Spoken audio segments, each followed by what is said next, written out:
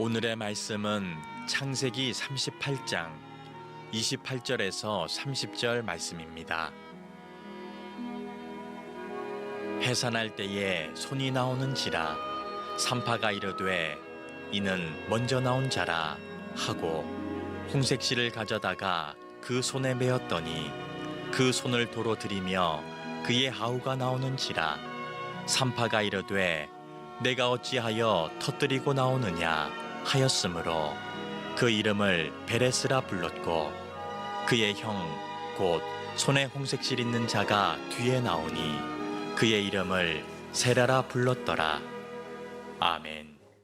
오늘 창세기 38장의 이야기를 나누게 될 텐데 지난 시간에 37장에서 요셉이 이집트의 노예로 팔려가는 이야기를 소개해드렸어요. 그리고 요셉은 이제 그곳에서 13년 동안 노예 생활을 합니다. 오늘 38장으로 넘어와서 요셉의 얘기를 바로 다루지 않고 성경은 우리들을 조금 다른 관점에서 이 요셉의 이야기와 함께 더불어 가는 이야기를 오늘 나타내주고 있어요.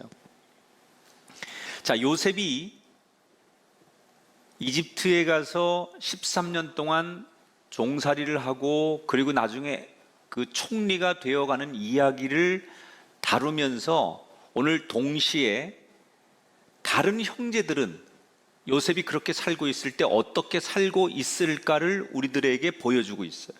그래서 오늘 38장은 여러 형제들 중에 특별히 야곱의 넷째 아들 유다의 이야기를 초점을 맞추고 있습니다. 제가 성경을 여러분에게 읽는 법을 가르쳐드렸지만 성경은 구속사적인 관점에서 읽는 거니까 하나님이 이 땅을 구원하시기 위한 그 주제에 의해서 사람들이 계속 소개되는 거예요. 잡다한 얘기보다는 구속사적인 관점에서 성경이 집필되었기 때문에 오늘 특히 많은 형제들 가운데 유다라고 하는 인물을 성경은 우리에게 소개하고 있어요. 자, 이 유다가 오늘 1절, 2절에 보니까 당시에 어떤 삶을 선택하느냐, 그 후라는 것은 요셉을 이집트의 종으로 팔고 돌아와서 유다가 자기 형제들로부터 떠나 내려가서 아둘람 사람 히라와 가까이 하니라. 쉽게 말하면 유다가 집을 떠나서 독립을 했다는 거예요. 왜 독립을 했을까요? 두 가지 이유 중에 하나예요. 형제들끼리 또는 부모와 가족들끼리 불화가 있었을 수 있고, 또 하나는 유다 성격상 굉장히 야망이 있는 사람이에요. 그래서 주도적으로 형제들 사이에서도 요셉을 이집트의 상인들에게 팔자고 제안하고 주도했던 인물이 유다거든요. 굉장히 주도형인데다가 야망이 많은 사람이니까 아버지 밑에서 다른 형제들처럼 이렇게 사는 것보다는 도시로 나가서 성공하고 싶었을지도 몰라요. 그래서 아버지가 있었던 헤브론을 떠나서 북서쪽으로 한 24km 더 떨어진 아둘람이라고 하는 가나안 땅으로 그가 집을 떠나 독립을 합니다. 그곳에 가서 가나안 사람들하고 어울리면서 급속도로 타락한 가나안의 문화에 빠져들게 됩니다. 그리고 얼마 뒤 한 여자를 만나 결혼을 하게 됩니다. 대개 이 당시에 다른 도시 가서 이방 여자들하고 결혼하는 사람들의 관심은 정략 결혼이에요. 그 도시에 가서 성공하려면 그 지역에 아주 잘 나가는 집안의 딸을 맞이해야만 정착도 하고 성공할 수 있다고 생각하니까 아마 이 유다도 그런 가나안 여자, 이방 여자를 만나 결혼했다라는 것은 외적인 아름다움, 외모 이런 것도 중요했겠지만 그런 여러 가지 정략적인 자기의 성공을 위해서 결혼을 했을 가능성이 높다는 거예요. 아무튼 행복하려고 결혼해서 가정을 이뤘습니다. 그러면 유다는 행복했을까요? 그 결혼이 행복했을까요? 결론부터 말씀드리면 아니었습니다. 왜? 그의 가정에 연이은 불행들이 닥치기 시작합니다. 이 유다가 이방 여자하고 가나안 여자하고 결혼을 한 다음에 아들이 셋이 태어났어요. 첫째 아들이 엘, 둘째가 오난, 셋째가 셀라. 이렇게 세 아들이 태어납니다. 그리고 시간이 지나서 첫째 아들 엘이라고 하는 맏아들이 결혼을 합니다. 이때 들어온 며느리가 누구냐? 다말이라고 하는 며느리예요. 오늘 성경에 처음 듣는 이름들이 많이 나오는데 다 잊어버려도 괜찮아요. 다말이라고 하는 며느리 이름만 기억하세요. 제가 여러분에게 다 기억하라고 하는 건 좀 무리일 것 같아서 부담을 안 드리려고 엘과 오난, 셀라 이 세 아들 이름까지는 다 기억을 못 하셔도 첫째 아들이 결혼하는데 첫째 아들의 부인이 누구라고요? 다말. 이 여자 이름을 꼭 기억하면서 오늘 설교를 들어주세요. 첫째 아들 결혼을 시켰는데 이 다말이라는 여자와 결혼을 했는데 얼마 지나지 않아서 엘이라는 맏아들이 죽습니다. 왜 죽었느냐? 성경은 그 이유를 아주 단호하게 딱 부러지게 얘기합니다. 7절에 이렇게 소개합니다. 엘이, 이 맏아들이에요. 여호와가 보시기에 악함으로 여호와께서 그를 죽이신지라. 그러니까 어떤 악한 죄를 지었는지 성경에 구체적으로 나오진 않지만 아마도 거의 망난이었던 것 같아요. 하는 짓이. 하나님께서 보다 못해 너무 악하니까 참고 참다가 결국 그를 죽게 하셨어요. 자, 이렇게 첫째 아들이 죽자 과부가 된 며느리를 위해서 뭘 하느냐? 둘째 아들인 오난과 다시 결혼을 시킵니다. 이게 여러분 지금 우리의 상식으로는 이해가 안 되지만 그 당시 지금으로부터 한 4,000년 전의 고대 중동의 관습은 형사 취소제라는 게 있습니다. 이게 만약에 형이 죽는데 아들도 낳지 못하고 그냥 죽으면 그 형의 부인을 동생과 결혼을 시킵니다. 그래서 거기서 낳는 아들을 형의 아들로 입적을 시켜서 대를 이을 수 있도록 만들어요. 이게 형사 취소제라는 거예요. 당시 관습이에요. 그러니까 아들도 낳지 못하고 죽은 형을 위해서 오난이라고 하는 둘째 동생은 형수를 자기 아내로 맞아들이는 거예요. 이런 제도가 생긴 이유는 당시에 두 가지예요. 형이 만약에 재산을 남겨놓고 죽었는데 이 부인이 과부가 되어서 나중에 다른 남자하고 결혼을 하면 자기 가문의 재산이 다른 쪽으로 흘러가잖아요. 이걸 막기 위해서. 두 번째는 당시에는 홀로 되면 과부가 되면 사회적 약자예요. 아무것도 할 수가 없어요. 그래서 가장 약자인 홀로 된 여자를 최소한 보호하기 위해서는 남편과 가정과 자녀를 만들어줘야 되겠다라고 해서 이런 제도를 만들었던 거예요. 이게 나중에는 모세 시대에 가서는 율법이 됩니다. 법이 되고 지금 야곱과 요셉의 시대에는 관습이에요. 그러니까 법은 아니지만 대체적으로 사람들이 이런 전통을 따라서 이렇게 만들었어요. 그래서 동생 오난이 죽은 형을 대신해서 형수와 결혼을 해야 되는데 이 오난이 짜증이 나는 거예요. 왜? 형이 죽었기 때문에 이제 우리 집에서 내가 당연히 맏이 되는 거예요. 그러면 아버지의 재산을 맏이는 이 당시에 세 아들이니까 3분의 2를 받을 수가 있어요. 그런데 내가 형의 아들을 대신 낳아주면 그 형의 아들이 맏이라고 하는 것을 누리기 때문에 형의 아들이 4분의 1을 받고 나머지 4분의 1씩을 자기와 동생이 나눠 갖는 거예요. 66%를 받을 수 있는 길이 있는데 잘못하다간 25%만 아버지 재산을 받을 수 있다고 생각하니까 짜증이 나는 거예요. 그러나 이미 사람들의 그 이목이 있기 때문에 그 비난을 피하기 위해서 어쩔 수 없이 형수와 결혼을 합니다.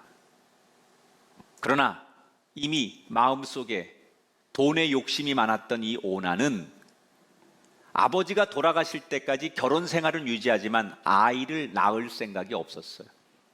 그래서 아버지 돌아가실 때까지 버티자는 심정으로 잠자리를 하긴 하지만 의도적으로 피임을 해서 아이를 갖지 못하게 만듭니다. 여러분, 이 오난이라고 하는 유다의 둘째 아들, 이 사람은 딱 어떤 사람이냐? 돈을 위해서라면 아버지, 형수, 가족을 언제든지 버릴 수 있는 인물. 돈의 욕심 때문에 가정을 지키고 아버지의 마음, 형에 대한 도리, 이런 거엔 전혀 관심이 없는 사람. 그러니까 이런 오난이라고 하는 인물과 삶의 행태를 하나님께서 보다가 더 이상 참지 못하시고 결국 오난도 죽게 만들어요. 자, 여러분, 이 집안이 졸지에 장남, 차남이 죽어버렸습니다. 아들 셋인데 유다라고 하는 사람이 아버지 집에서 이 가나안 땅으로 도시로 올 때 그는 성공하려고, 행복하려고, 가나안 땅에 와서 행복하기 위해서 결혼을 했어요. 그런데 잘 사는 듯 했는데 결국 중간에 아들 둘을 잃게 되는 불행이 연이어 온 거예요. 왜 행복하고 싶었던 유다라고 하는 사람이 중간에 말로 다 표현할 수 없는 고난과 불행이 찾아온 걸까? 유다는 우리 집에 이렇게 불행하게 된 원인이 저 며느리 하나 잘못 들어와서 그런 거라고 생각을 합니다.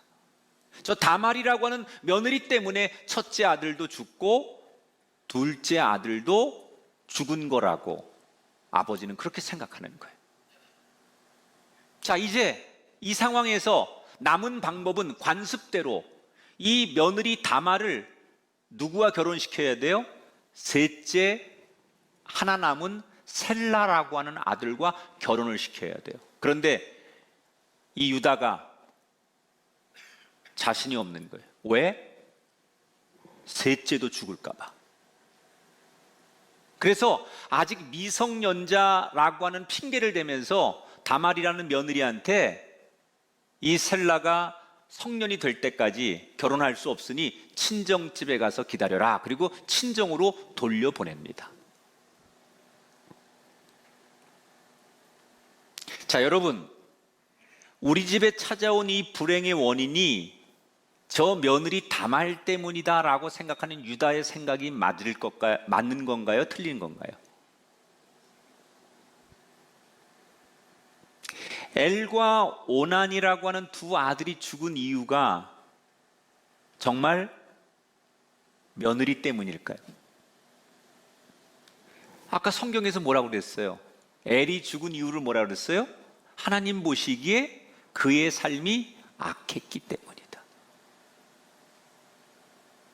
사실은 유다는 자기 자의적으로 우리 집안이 이렇게 풍지박살난 것은 저 여자 하나가 들어온 그때부터 불행이 시작됐다 이렇게 말할지 모르지만 객관적으로 성경에서 하나님이 정확하게 규명하죠. 그들의 삶이 악했기 때문에 너의 가정에 너의 인생에 불행이 시작됐다는 거예요.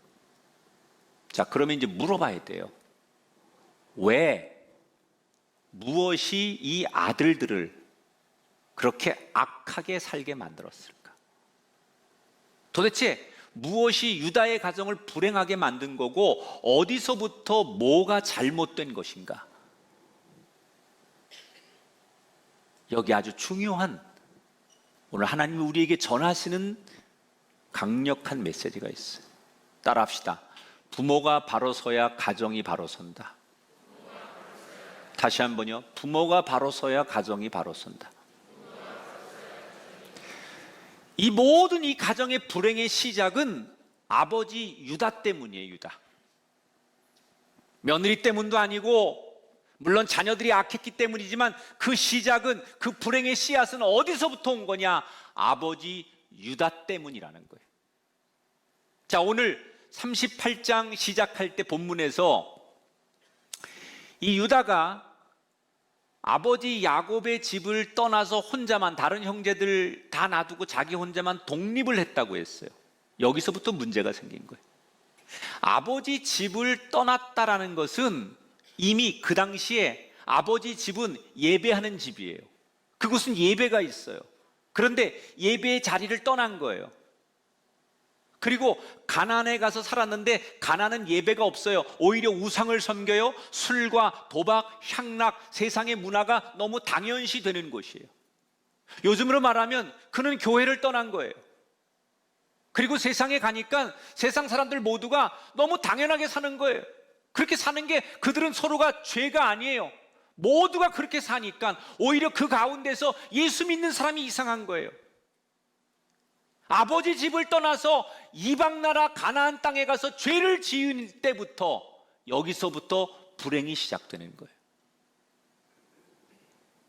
아니, 꼭 뭐 세상에 나간다고 다 죄를 짓습니까? 죄를 집니다. 세상에 가면 평생 아버지와 함께 하나님을 공부하고 하나님에 대한 말씀을 들었지만 그가 가나안, 아버지를 떠나서 가나안 땅에 가면서 죄를 지은 증거가 뭐예요? 가서 우상을 섬기고 이방 여자와 결혼하잖아요. 이게 증거예요. 아니라고 말해도 나는 그렇게 안 살 거라고, 내가 비록 지금 아버지 집을 떠나고 교회를 떠나도 나는 언제나 하나님을 중심에 모시고 살 거라고 천만에요. 살다 보면 나도 모르게 그 세상에 동화되고 물드는 거예요. 자, 자기도 모르게 아버지 집에서 살던 그 예배의 자리가 아닌 세상의 문화, 타락, 이런 것 속에서 물들어 사는 자신을 보는 새 아들의 눈은 어땠을까요? 새 아들이 어릴 때부터 아버지를 보는 거예요. 이 객지에 나와서 오직 성공을 위해서, 돈을 위해서, 자기의 야망과 목표를 위해서 살아가는 아버지, 한편으로 보면 열심히 사는 건 맞아요. 객지에서 이 낯선 곳에서 성공해야 되니까 누구보다도 열심히 일했겠죠. 열심히 사업했겠죠. 열심히 경쟁했겠죠. 그게 열심이라는 것은 맞지만 아들들의 눈에 비춰지는 아버지의 모습은 어떤 모습이었느냐? 집에만 들어오면 오직 오늘은 얼마를 벌었는지, 오늘은 내 인생의 목표가 이만큼 모으는 건데 내 인생의 목표를 이만큼 이루었다든지, 심지어 내 목표와 야망을 위해서 누구와 싸워서 이겼다는 이야기를 자녀들 앞에서 자연스럽게, 때로는 떠벌리기도 하고, 그런 아버지를 보면서 아들들은 자연스럽게 아버지를 배우는 거예요. 오직 돈에만 관심 있는 아버지. 자기의 사업을 위해서라면 신앙도 버리고 우상의 제사에 참여도 하고 상녀들과 때로는 과감하게 놀기도 하는.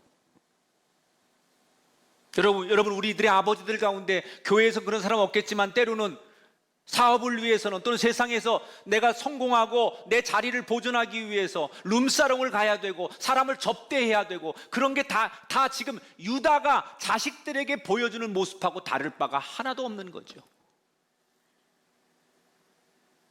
어쩌다가 할아버지 집에 가서 예배를 드리면 늘 삐딱하게 예배하는 아버지, 이런 아버지의 모습을 보면서 자란 새 아들은 아버지처럼 사는 게 당연한 줄 알았어요. 하나님, 그런 거 말고, 예배 그런 거 말고 돈, 우상, 향락, 이렇게 사는 게 당연한 건 줄 아들들은 알았던 거예요. 그리고 그렇게 느끼고 본대로 살다가 어느 날 하나님의 심판 앞에 죽음을 맞이한 거예요. 만약에 아버지 유다가 자녀들에게 돈은 좀 적게 벌고 세상적으로는 좀 부족했을지라도 자녀들에게 믿음의 본을 보였다면 결과가 어떻게 달라졌을까요? 조금 돈은 못 벌어서 먹고 입고 이런 것들이 조금 궁색했을지라도 그 자녀들에게 하나님에 대해서 믿음의 본을 확실히 보여줬다면 세 아들이 아버지를 보고 뭘 배웠을까요?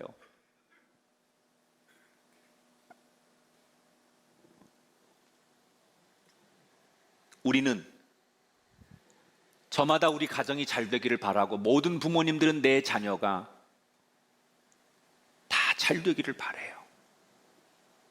그런데 그런 꿈과 그런 여러분의 바람이 이루어지려면 우리가 뭐부터 어디서부터 시작을 해야 되느냐? 여러분, 나 열심히 돈 벌고 이걸로 내 자녀들 학원비도 대주고 공부할 수 있도록 유학도 보내주고 나는 자녀를 위해서 좋은 부모가 되려고 때로 대화도 하고 여행도 휴가도 가주고 외식도 해주고 이게 정말 좋은 부모일까요? 그것만 하면 나는 자녀에게 의무를 다하는 걸까요? 나는 다른 부모와 같지 않게 자녀들에게 시간도 많이 내주고 자녀들과 여행도 해주고 아이들이 원하는 거 다 뒷바라지 해주어서 부모로서의 최선을 다했다고 과연 말할 수 있는 건가요? 그렇게 했는데 여러분의 자녀는 정말 믿음의 자녀로 잘 성장했는가요? 아니라는 거예요. 자녀들과 대화하고 자녀들과 시간 보내주는 걸로 내 부모로서의 역할을 다했다고 말하면 큰 착각이에요. 성경은 뭐라고 가르치느냐? 우리들에게 다른 것보다 부모가 먼저 믿음의 본을 보이라는 거예요.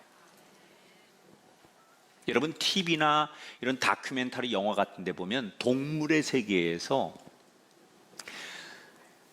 밀림의 사자든 독수리든 하다못해 고래 새끼든 다 여러분 먹이를 먹는 거, 사냥하는 거, 싸우는 거, 생존하는 걸 누구한테 배워요? 어미한테 배우는 거예요. 새끼들은 다 어미에게 모든 걸 배우는 거예요. 우리 자녀들이 살아가는 삶의 모든 기초는 가정에서 부모에게서 본대로 배우는 거예요.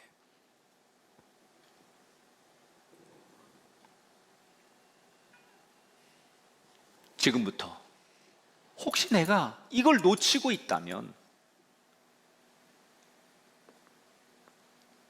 돈 버는 거 조금 내려놓으세요. 아무리 많이 벌어도 여러분 그 돈이 여러분 자녀를 성공을 보장하지 않아요. 여러분 자녀들의 행복을 보장하지 않아요. 평생을 아름답게 살아가는 삶을 보장하지 않아요. 믿음의 본을 보이는데 내려놓을 게 있다면 사업이 됐든 인간관계가 됐든 여러분의 취미가 됐든 자녀들에게 믿음의 본을 보여야 된다면 지금부터라도 이걸 다시 하셔야 돼요.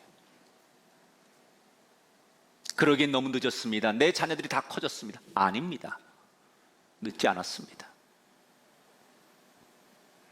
평생 그런 부모님, 그런 아버지, 그런 엄마인 줄 알았는데 어느 날 진짜 하나님 앞에 은혜 받고 어느 날 진짜 깨지고 하나님 앞에 돌아서더니 진짜 우리 아버지 어머니가 노년에 나이 먹어서 바뀌었네, 진짜 변화되었네, 이런 모습을 보면 여러분의 자녀도 바뀔 수 있습니다.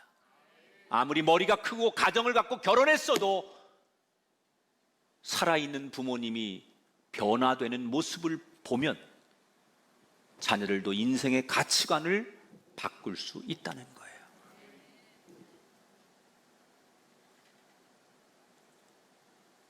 엘과 오난이라고 하는 아들의 불행,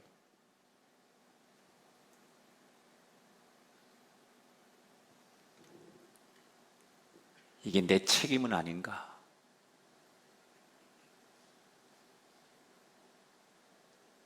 의무를 다하는 부모,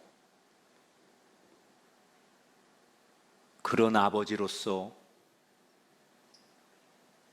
멋진 아버지, 자녀들의 성공을 꿈꾸는 환상을 깨시길 바랍니다. 믿음의 본을 보이지 않는 한 여러분이 누리고 있는, 여러분이 했던 모든 것은 아무것도 아니에요.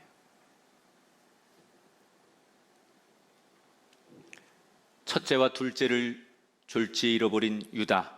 그런데 얼마 뒤에 아내까지 죽습니다. 여러분, 어느 엄마가 생떼 같은 아들 둘을 잃었는데 제정신으로 살겠어요? 무슨 병이 와도 왔겠지요. 결국 유다의 아내도 얼마 뒤에 세상을 떠나요. 자, 아들 둘을 잃고 연이어 아내까지 세상을 떠났어요. 이거는 불행한 사건이지만 이것을 영적으로 해석하면 이건 어떤 메시지일까요? 이 지금 일어나고 있는, 유다에게 일어나고 있는 이 모든 사건을 영적인 눈으로 보면 하나님이 이제라도 유다가 하나님께 돌아오기를 부르시는 하나님의 음성이에요. 그런데 영혼의 귀가 어두워진 유다는 이런 하나님의 간절한 부르심, 이런 사건을 통해, 이런 일들을 통해 하나님이 자기를 부르시는 그 음성을 귀가 어두워서 못 듣는 거예요. 오히려 그러면 그럴수록 이 모든 불행의 원인이 그 며느리 다말 때문이라고 더욱더 확신을 하는 거예요. 셀라라고 하는 막내 아들이 성인이 됐습니다. 그럼 당연히 다말과 다시 결혼을 시켜야 되는데 유다는 그럴 마음이 없어요. 한편 시아버지 말만 믿고 친정집에 가서 이때나 저때나 기다리는데 시댁에서 결국 외면하는, 그리고 이러지도 저러지도 못하는 이 며느리 다말의 심정은 어떨까요? 시댁은 자기를 외면하고 세상에 나가서는 당시 법으로는 홀로 된 여자가 다시 결혼할 수도 없고 이러지도 저러지도 못하는 기가 막힌 운명에 놓인 다말. 여러분이 다말이라면 어떻게 하시겠어요? 시댁에 가서 따지겠습니까? 아니면 운명이라고 생각하고 만약 기다리겠습니까? 바로 이때 이 다말이라고 하는 며느리가 상상을 초월하는 방법으로 시의 아버지에게 다가갑니다. 어느 날 이 유다가 가나안 친구들과 함께 양털을 깎기 위해 딥나라고 하는 곳으로 갑니다.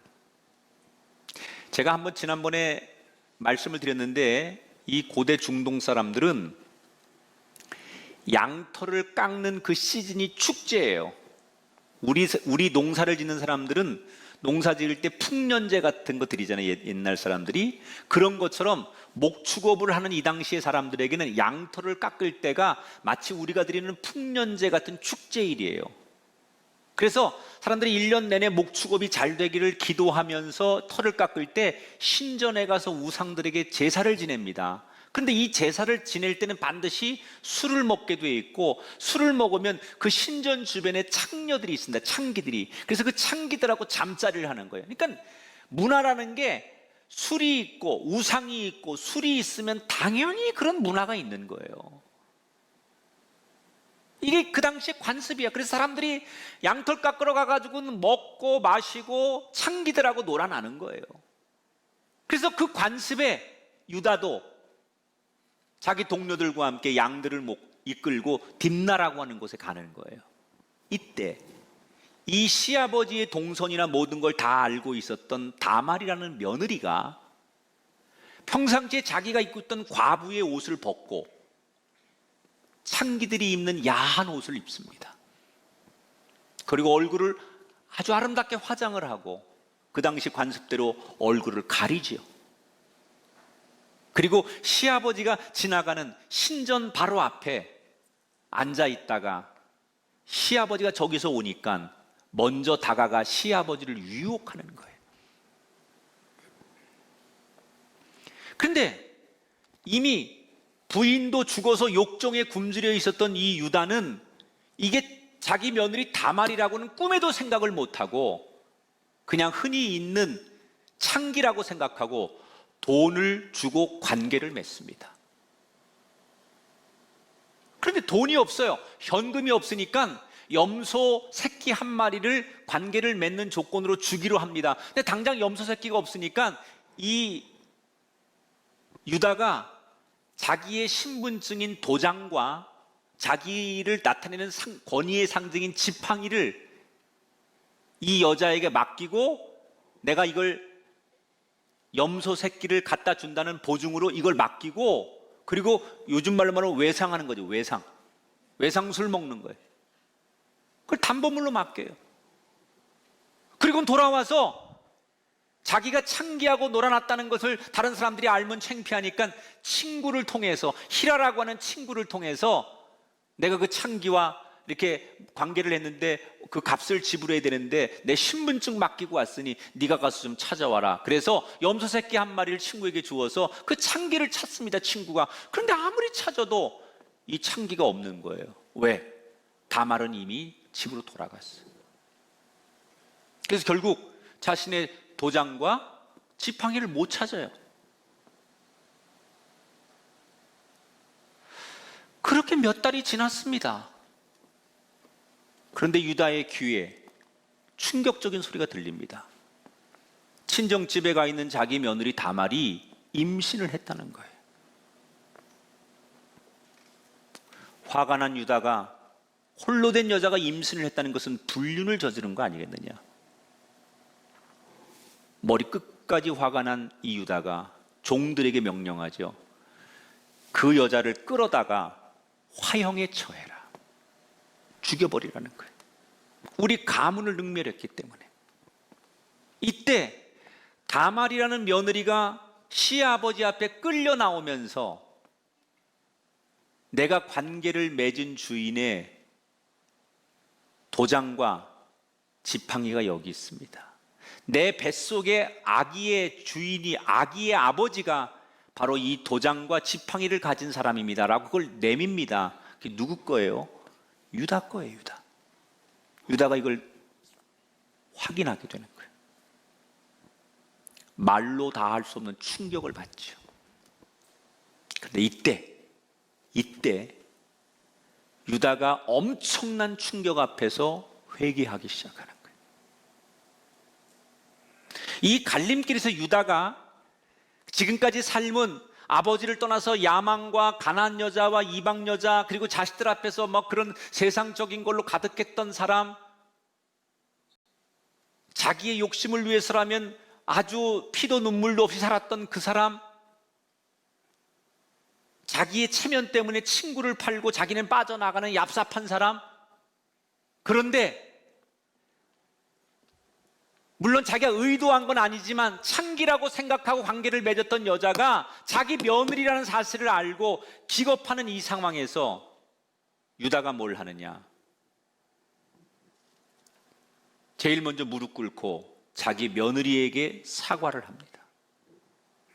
그리고 다말을 며느리로 인정하고 다시 집으로 불러들여요. 그리고 그 며느리를 절대 건들지 않아요. 다말이 만약에 이때 회심하지 않으면 어떻게 할 수 있었을까요?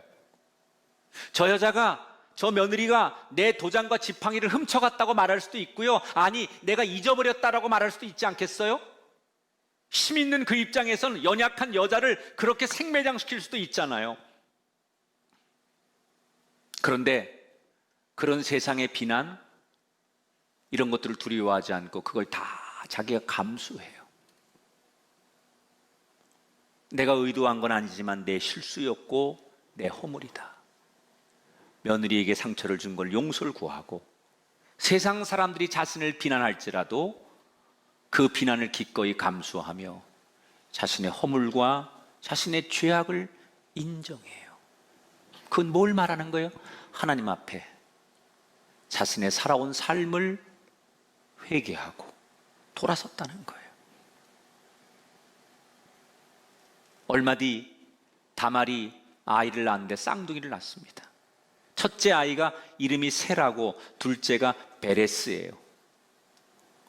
그래서 당시 관습에 따라서 첫째 쌍둥이 첫째 세라는 그 다말의 죽은 남편, 그러니까 유다의 첫 번째 아들 엘의 아들로 올라가고요, 쌍둥이 동생으로 태어난 베레스는 유다의 넷째 아들이 되는 거예요.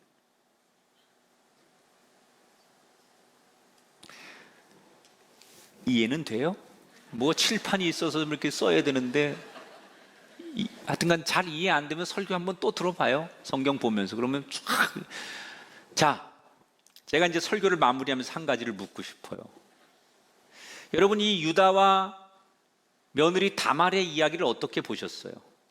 시아버지를 유혹하는 며느리, 모르고 한 거지만 결국 관계를 맺는 시아버지. 오늘날 이 현실 세계에서도 상상할 수 없는 초막장 드라마 아닙니까? 말하고 듣기도 불편한 이야기예요. 근데 왜 성경은 아름답고 좋은 얘기도 많을 텐데 갑자기 오늘 창세기 38장에서 이 초막장 드라마, 이 불편하고 지저분한 이야기를 왜 성경 한가운데 떡하니 기록하고 우리들 알고 이 성경을 대면하게 했을까? 자, 이유가 있어요. 신약성경 마태복음 1장의 족보를 한번 보시는데, 예수님이 이 땅에 태어나시는 족보를 볼게요. 요약을 한 거예요. 읽어보세요. 시작. 아브라함이 이삭을 낳고, 유다는 다말에게서 베레스를 낳고, 이새는 다윗 왕을 마리아에게서 예수가 나시니라. 자, 구약서부터 쭉 해가지고 신약성경이 예수님이 이 땅에 마리아에게서 태어나는 이야기까지 족보를 이야기하는 거예요. 그런데 거기에 누가 들어가요? 다말에게서 태어난 유다의 넷째 아들 베레스가 예수님이 태어나는 이 족보의 한 이름으로 들어가요.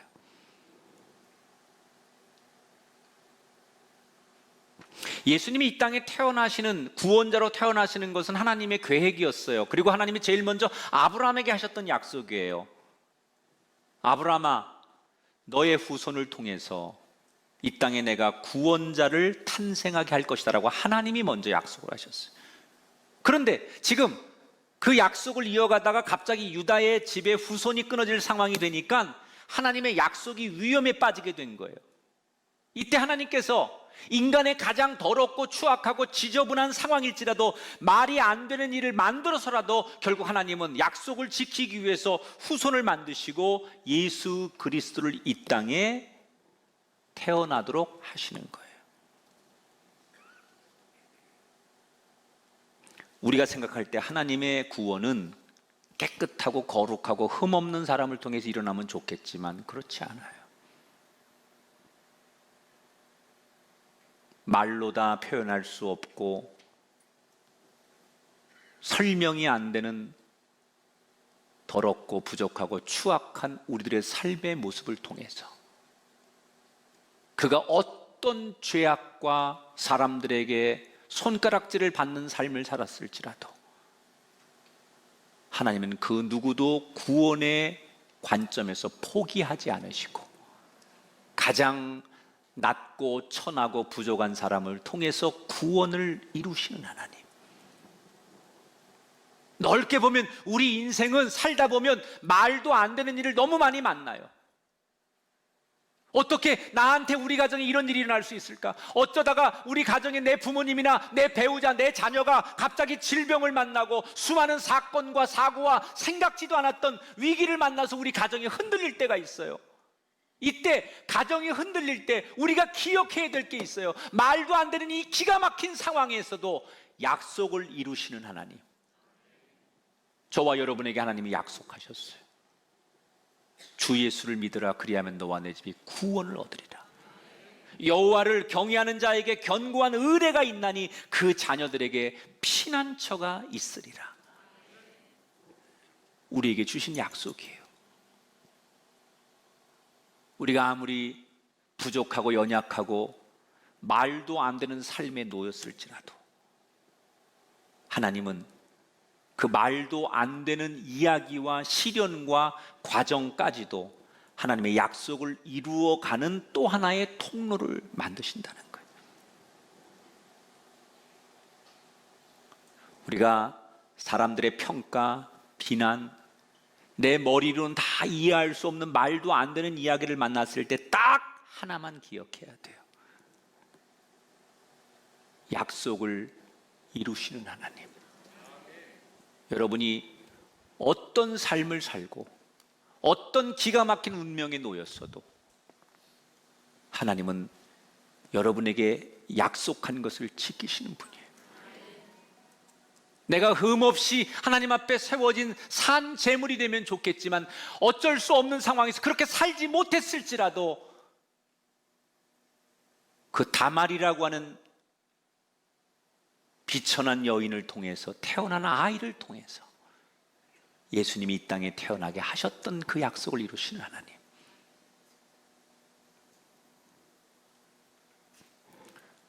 우리 모두에게 하나님은 우리가 어떠한 죄인일지라도 우리를 절대 포기하지 않으신 하나님의 사랑을 오늘 창세기 38장은 말하고 싶었던 거예요. 말씀을 정리합니다. 복된 가정, 정말 행복한 가정을 원하는 우리들에게 오늘 하나님이 두 가지 말씀하셨어요. 부모들에게, 여러분에게 하나님이 엄중하게 말씀하세요. 너희 자녀들에게 믿음의 본을 보여라. 우리 자녀들은 가르치는 대로 배우는 게 아니라 본대로 배워요. 아무리 잘 가르치고 아무리 강조하고 아무리 많이 가르쳐도 그렇게 안 삽니다. 보여주는 대로 배워요. 가르치는 걸로 부모의 일을 다 했다고 생각하시면 안 돼요. 보여주세요.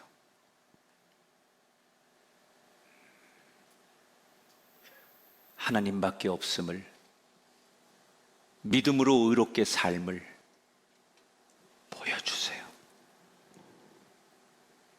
어떠한 기가 막힌 상황이 왔을지라도 약속을 이루시는 하나님만 붙들면 그 진흙 구덩이에서도 꽃을 피는 하나님의 기적이 나타날 줄 믿으면서 절대로 힘들다고 흔들리거나 포기하지 마시고 하나님의 약속이 나와 여러분을 통하여 이 땅에 이루어지게 되시기를 주님의 이름으로 축원합니다.